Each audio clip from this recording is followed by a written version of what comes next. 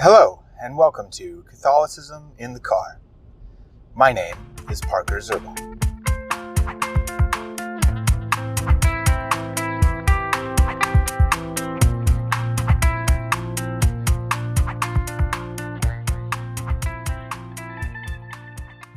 Hey there, guys. So I was just editing the episode on human nature, the one that I titled "What is Human Nature," where I discuss a lot of my view and what I believe to be the Catholic view on human nature, particularly on the soul and the soul's relationship to the body. And I have come across new evidence that I was not aware of when I recorded that episode, the episode that you're about to listen. And that is that not only did the Council of Vienne in 311 and 312 define that the soul is the form of the body, which I will explain more in the upcoming episode, but the Fifth Lateran Council in, I believe it was 1515 to 1517, so right before Protestant Reformation broke out, Pope Leo X defined more clearly what the soul is, because he was having issues with people kind of taking it too far, trying to say that the soul is not immortal, therefore, that since the soul is the form of the body, once the body dies, then the soul dies with it. And so there were certain people, certain philosophers, Catholic philosophers, that were going down that route. So he defined that the soul is not only the form of the body, but it is also immortal. He wanted to make sure that that was clear, right, in Catholic doctrine. And I want to make sure that you guys understand that I'm not trying to say anything that is contrary to what the church has defined. I am simply trying to understand it in a bit of a nuanced way. So, with that new knowledge of the fact that the Fifth Lateran Council defined that the soul is immortal, I want you guys to know that that is the church's teaching. Now, when I recorded this episode in the past, I was not trying to say that the soul is not immortal, and I think I made that clear. My view is basically that the soul is the form of the body, and naturally, it would seem, from a natural philosophical point of view, the soul would die when the body dies. But the soul does not die when the body dies because God upholds it in a miracle during that interim state between when the individual person dies and the general resurrection at the second coming of Christ. That's my view. I'm not saying that the soul is not immortal. I fully agree that the soul is immortal, but I also fully agree that it's the form of the body, and this is kind of the way that I'm able to connect those two definitions of the church and make them make sense of them philosophically. Now, I'm not saying that I am perfectly correct on this issue. I may be wrong. The church may come out and define things further. As far as I have read, the church has not defined things any further than that the soul is the form of the body and that it is immortal. As far as I know, the church has not defined that any further. So, I think I am on safe ground in making the conclusions that I make in this episode. But I want to make sure that you guys know, because at the time of recording, I did not know that the Fifth Lateran Council had formally defined the soul as immortal. Not that I was denying that, because I certainly was not, and I think I made that clear. But I just wanted to make this clear to you all so that you are aware that the Council of Vienne defined the soul as the form of the body, the Fifth Lateran Council defined the soul as immortal. So our view of the soul and our view of human nature has to take those two things in mind. Alright, thank you, and enjoy the following episode.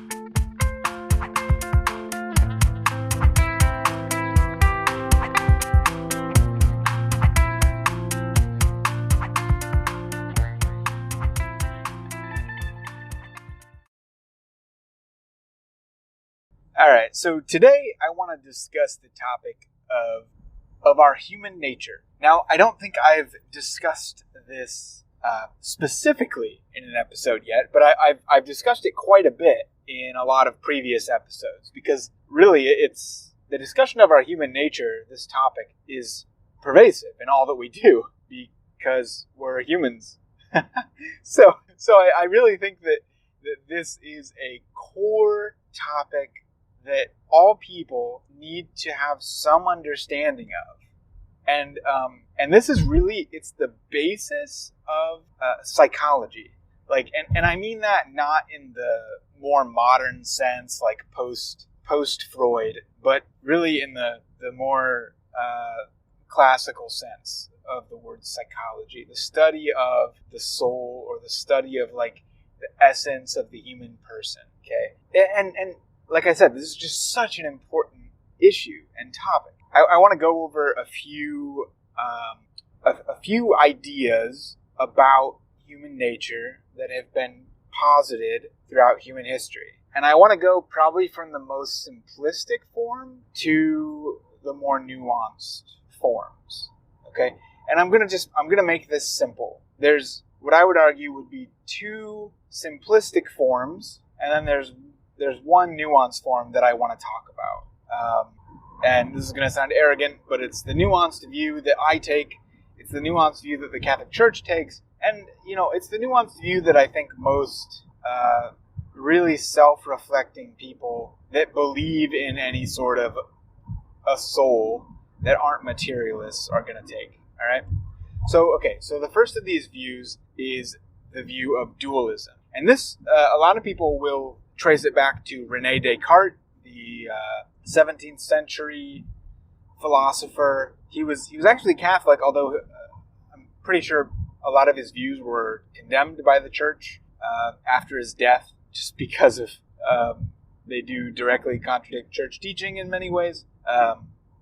He had this view that the soul and the body were two separate substances, basically, and they could live apart from one another. And that there was this sort of dichotomy between the soul and the body. Like they were kind of warring with each other in a certain way, and kind of like that ghost in the machine sort of an idea. I've talked about that a lot in various episodes of this podcast. Because again, it's such a pervasive topic, and it's coming back in our day and age. But it didn't start with René Descartes. I mean, this is this sort of dualist idea where we have the view of the soul and the body being two separate things. Is really, I would argue, probably the most simplistic view of the human person that we see in history. And I don't mean simplistic in the sense of like simplistic because it doesn't have a lot of ideas associated with it, because it certainly does. It at least has two ideas, that there's the soul and that there's the body, and that they're two separate things, and we're this sort of amalgamation of that.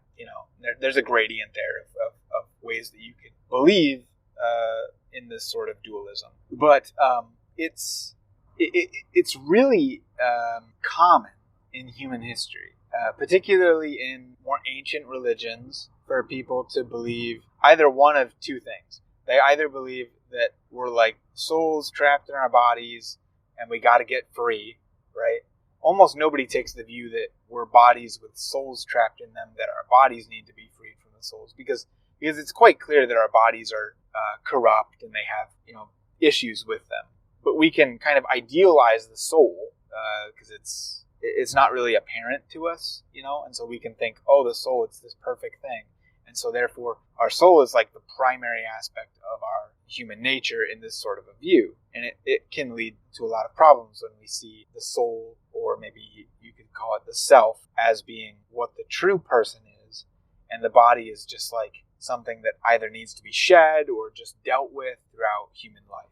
We see this in a lot of the transgender movement, that my body is really a hindrance to what I am, and therefore I need to lop parts of my body off in order to become truly who I am. We would also see this in the transhumanist movement, as it moves forward in history, potentially, that people begin chopping parts of their bodies off to be replaced by machines, or what have you. Maybe trying to upload their consciousness to the digital world, whether that's even possible or not.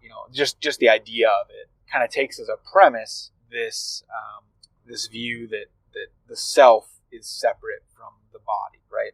And then that's kind of the dualist idea here. Again, it goes back. It's a very, very ancient idea. And also, this next idea is also very ancient.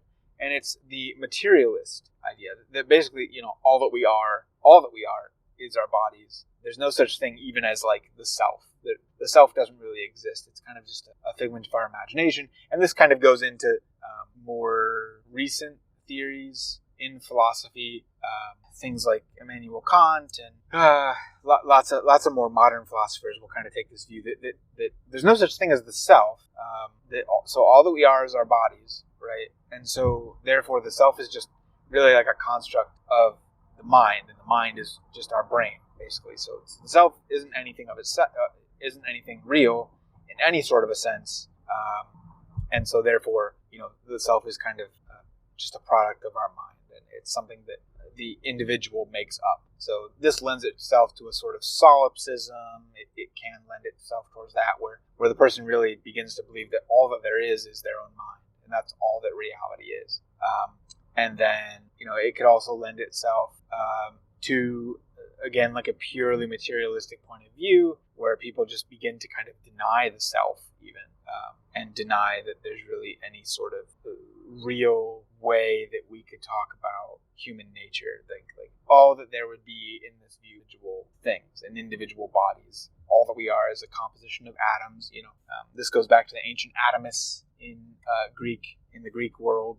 Also, the Sadducees. So in the Bible, there are two main kind of schools of thought in Judaism at the time of Jesus, and they're the Sadducees and the Pharisees. The Sadducees actually were materialists in a certain sense. Like, they didn't believe in an afterlife. They believed that really all that there was this life, and once you're dead, you're dead. They believed in God, obviously, but they didn't believe in any sort of an afterlife, whereas the Pharisees did. So the Sadducees, but also many of them denied the existence of angels, the existence of heaven, all that sort of. But the Pharisees did believe in those things. They believed in the soul and angels and some sort of an afterlife, right? And which is funny, because usually today we think about materialism, like where all that we are is our materials and there's nothing that continues after death. We think about that as an atheistic or like an agnostic point of view, not a theistic. But historically, there have been many religions who have been materialistic, in the sense that humanity doesn't live on after they die. God made us, but we don't have immortal souls. We don't live. We don't have any sort of immortality, right? And I think it's a very reasonable point of view, materialism. That we really don't have much of a reason, I don't think, from a natural point of view, to think that any part of us would live on after we die. And this kind of gets me to the third view here, which I've talked about extensively, but it's this type of Aristotelian realism. And you could throw a type of Platonic realism in here too. So the difference would be Aristotelian realism, which is oftentimes called moderate realism. They kind of take a view that the nature of some, or as the medievals would talk about it, the universal that kind of composes multiple individual things. Aristotle would say that universal, or that human nature, it only exists in the individual. So when all the individuals are gone, there's no more universals, right? And this was really what most Christian authors took on in the Middle Ages, was this sort of a moderate realism. Whereas there's more of an extreme realism, which is the Platonic and Neoplatonic realism, stemming from Plato, and then Plotinus, who was a late ancient, early medieval philosopher, pagan philosopher, and they had more of an idea of this world of the forms, you could say. This is how it's classically kind of discussed. Although I've heard people recently say that Plato didn't really think about the world of the forms. That's more of a Neoplatonic thing with Plotinus and Plutarch and all those guys. But there's this world of the forms where like these universals, these like human nature, let's say, human nature exists somewhere far off in this sort of world of the forms, and in such a way, this sort of view would usually lend itself towards something closer to a dualist point of view when you look at the human nature. So it would look more towards the form is something that can be a separate substance from the body. So you have the material substance, the body, and then you have the form, the substance of the form, which is like the soul, and they can be separate because they're two individual substances, right? And then again, there's certain gradients within all these things. There's gradients of this more extreme realism, this Platonic or Neoplatonic realism. There's gradients there, and there's gradients between the Aristotelian or what you might call more moderate realism. There's gradients like Aquinas, Augustine, Bonaventure, and Scotus. They all kind of have their different nuances within that sort of moderate realist point of view. Although I think Augustine does take more of a Platonic, Neoplatonic view on some of these things. I'm not an expert in Augustine. I'm not an expert in any of these people. Geez, I'm just trying to piece it all together and give people a general idea of this sort of stuff.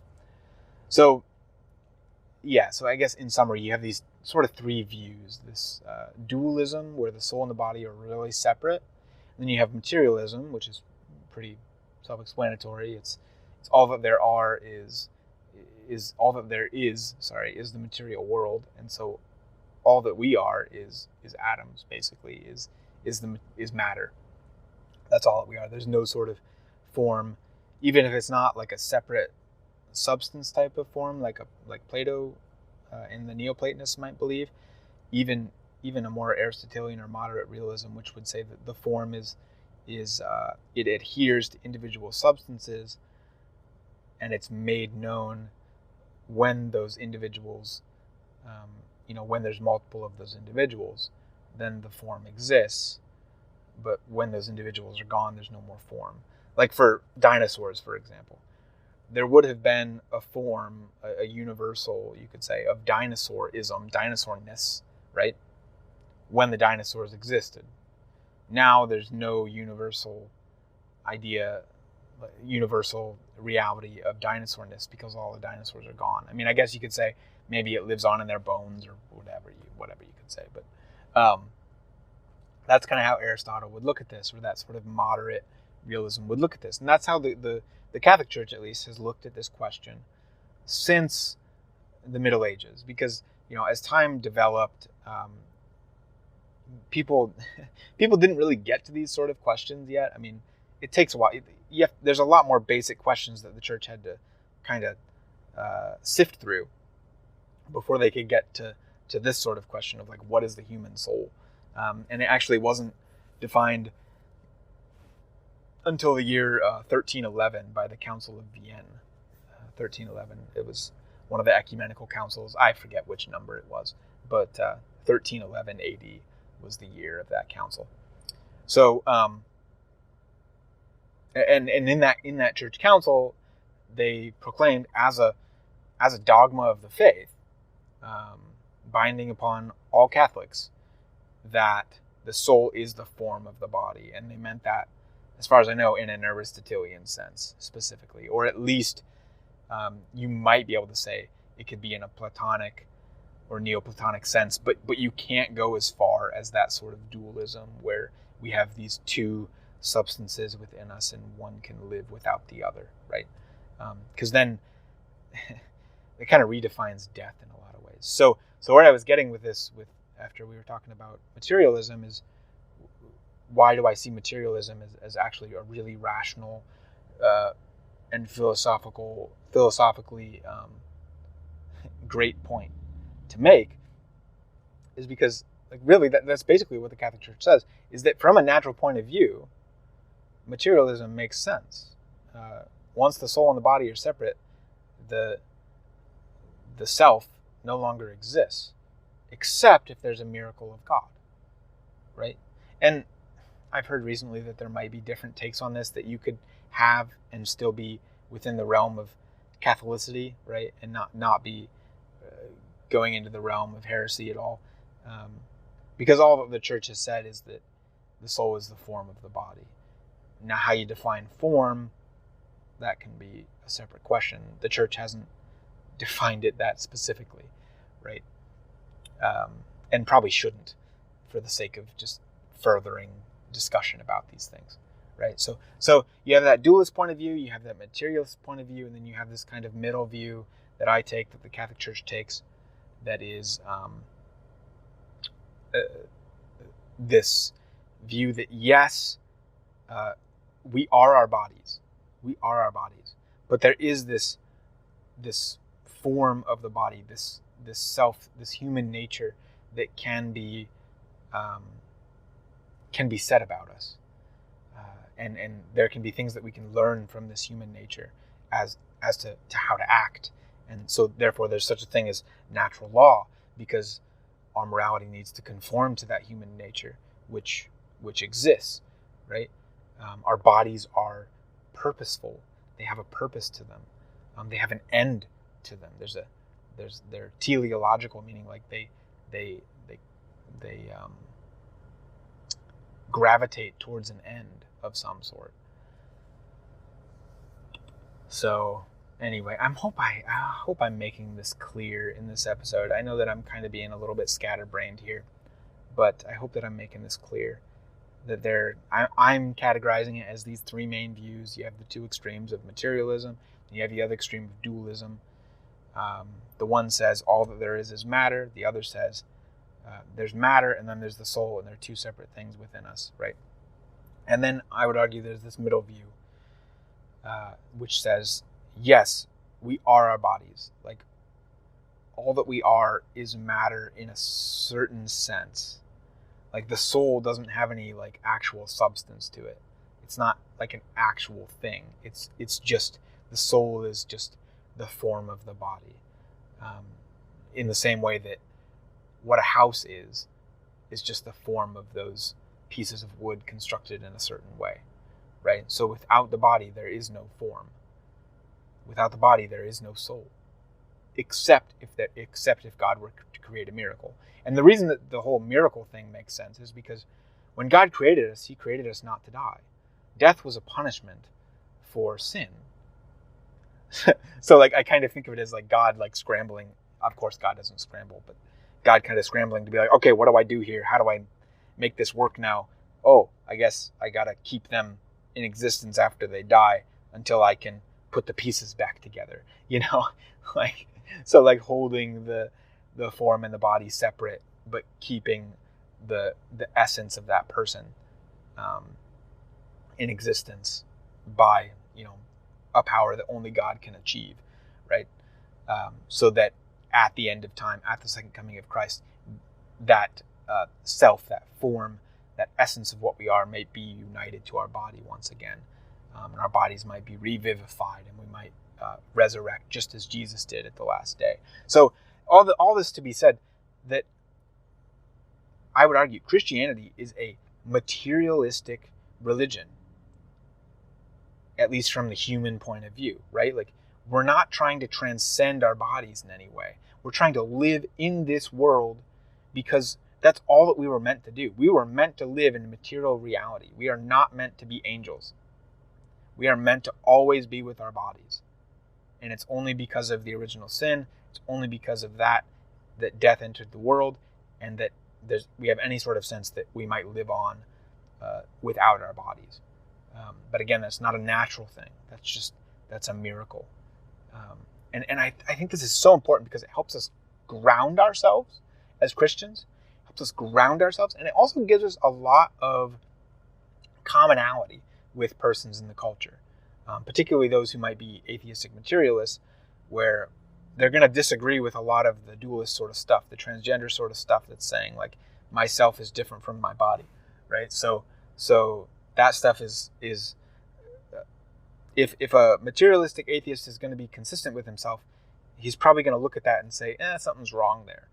Like, I am my body, right? If I'm a materialist, I am my body. And so my body, like, chopping off parts of it, I don't see how that can be a good thing from a materialistic point of view.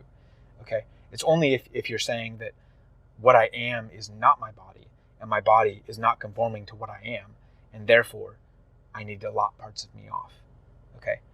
And this is why this whole discussion of our human nature, of what we are, is so incredibly important, especially in our culture today, because we're seeing the effects of a faulty view of human nature and what those sort of effects can bring.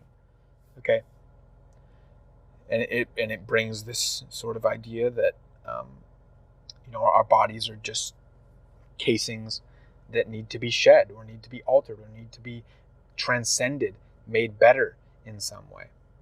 Whereas the materialistic or the this sort of intermediate way that the Catholic Church has taken on, it's technically called hylomorphism.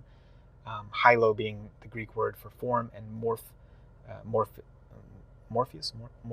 being the root for the word for matter in Greek. So hylomorphism, form and matter.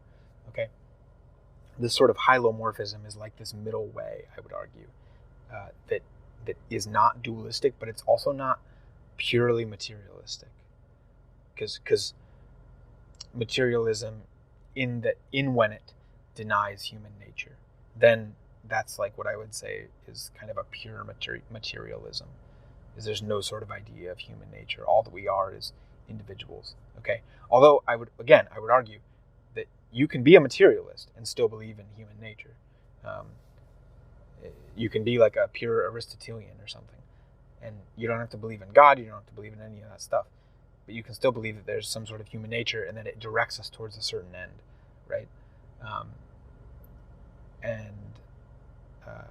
And then the Christian says, well, we just tack on that there's this whole belief in that we're meant to live on forever, and so God, by a miracle, holds us in existence until we can be reunited with our bodies and become what we actually are. Because when we're in heaven, we're not like fully humans anymore.